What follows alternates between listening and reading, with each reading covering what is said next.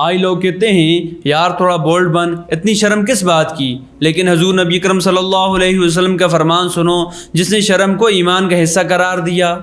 رسول اللہ صلی اللہ علیہ وآلہ وسلم ایک انصاری شخص کے پاس سے گزرے جو اپنے بھائی کو شرم کرنے سے روک رہا تھا۔ حضور نبی اکرم صلی اللہ علیہ وآلہ وسلم نے فرمایا اسے چھوڑ دو، بے شک حیا ایمان کا حصہ ہے۔ ہماری بچیاں شرم کرتی ہیں تو ان پر طنز کی جاتا ہے، اوور ایکٹنگ مت کرو۔ ہمارے بیٹے نگاہ جھکا کر بات کرتے ہیں تو کہا جاتا ہے کانفیڈنس نہیں ہے کیا؟ حیا جسے حضور نبی اکرم صلی اللہ علیہ وآلہ وسلم نے ایمان کا مظہر کہا، ہم اسے کمزوری سمجھنے لگے۔ سوال یہ ہے کیا ہم اتنے ماڈرن ہو گئے کہ ایمان کے حصے کو عیب سمجھنے لگے؟ حیا صرف عورت کے لیے نہیں، یہ صرف لڑکیوں کے لیے نہیں بلکہ لڑکوں کا بھی زیور ہے۔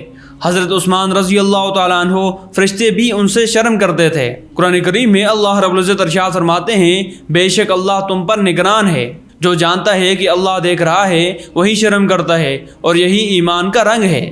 یا اللہ ہمیں حیا کی دولت سے مالا مال کر دے، ہماری نگاہوں میں، زبان میں، لباس میں ایسا وقار دے جو ایمان کی خوشبو ہو، نہ کہ دنیا کے فیشن کی غلامی۔